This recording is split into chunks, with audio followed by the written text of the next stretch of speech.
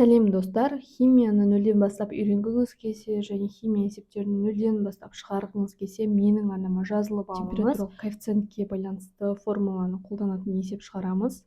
Міндетті түрде қайталап шығарып көріңіз. Берілген мынандай: 30 градус кезінде химиялық реакцияның жылдамдығы 0,1 моль бөлінген литр көбейтілген минутқа тең. Егер температураны 10 градусқа көтергенде ол 3 есе артатын болса, 60 градус кезіндегі осы реакцияның жылдамдығын тап. Бұл жерде кішкене сәл-пәл ойландыратын мәселе бар, өйткені есептің басында байқайтын болсақ, бұл жерде 3 градус көрсетілген, ал температуралық коэффициентте бізде 2 градус қана қолданылады, яғни температуралардың өзгерісі. Ал бұл жерде үшеу, кішкене миымыз қорытпай қалуы мүмкін, мысалы түсінбей қалуымыз мүмкін басында бір рет оқып шыққанда. Сондықтан да есепті оқығанда түсінбейтін болсаңыз, кем дегенде 2-3 рет оқуыңызды сұраймын.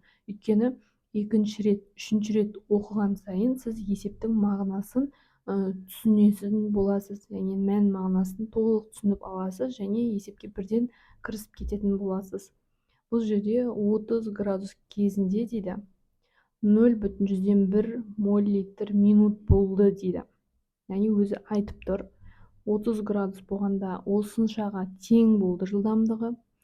Ал енді егер де дейді осы градусты дейді, яғни 30 градусты 10 градусқа көтергенде, онда оның жылдамдығы, яғни жылдамдық 0,1 деген сол 3 есе артатын болса дейді. 60 градус кезіндегі реакцияның жылдамдығын анықтау керек. Есептің шығарылуы келесідей болады. Достар, мына жерде мен есептің бастапқы шартында айтылғандай жазып қойдым, яғни 30 градус болған кезде оның жылдамдығы реакцияның 0,1 болды дейді, реакция жылдамдығы.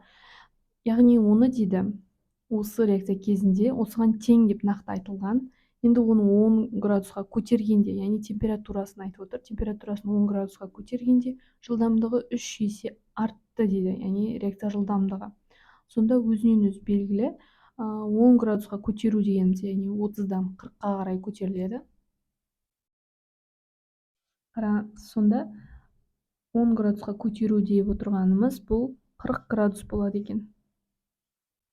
Ал мынаны 3 есе жылдамдығы арттырғанда дейді, сол кезде 3-ке көбейтеміз, сол кезде 0,3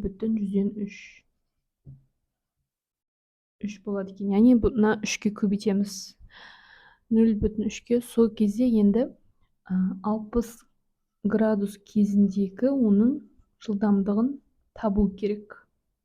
Енді осылай бізге есеп анықталды. Енді осы жерде есепте қолданылатын негізгі формуланы жазып көрсетейін, яғни температуралық коэффициент формуласы.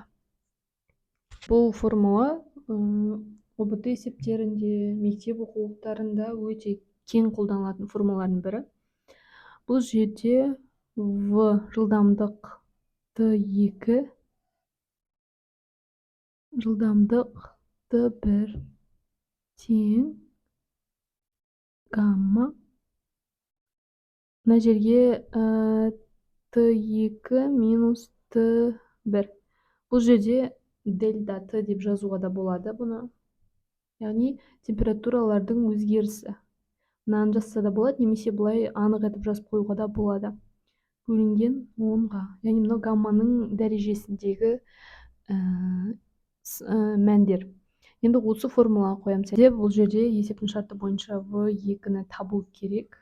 Енді мәндерін қойып шығайық. В2 деп жазып қойайын. В1-ге 0,03 болады, мынау жылдамдық болады. 0,03 гамма дегеніміз 3 болады. Температуралар айырымы, яғни екі температура берілген. 40 азайту 60. Және бөліміне 10. Мына жердегі 10-ды жаздық.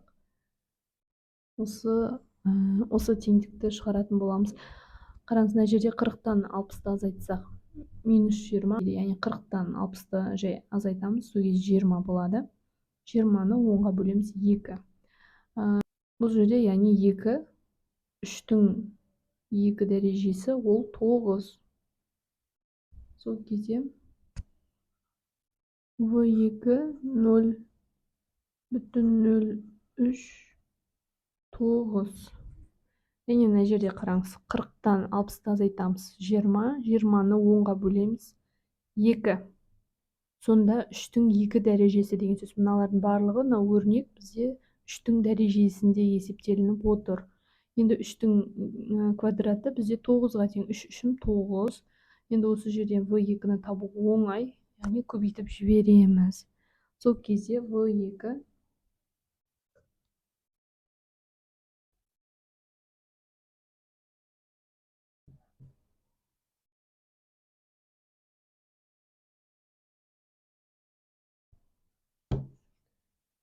Сол кезде бізде v2-нің мәні 0,27 мол/литр минут. Мінекей, яғни біз реакция жылдамдығын осылай анықтадық. Егер сізге осы есеп түсінікті болатын болса, комментарийге түсінікті деп жаза қалдырыңыз, және де осы видеоны достарыңызбен бөлісіп отырыңыз.